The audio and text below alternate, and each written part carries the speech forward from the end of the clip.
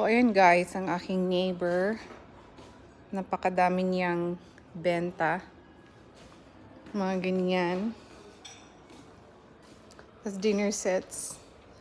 And may pram. Ay, tulugan ng baby. Ayan. Tapos, ito sa kabila. Ayan siya. Tapos, mga kids toys.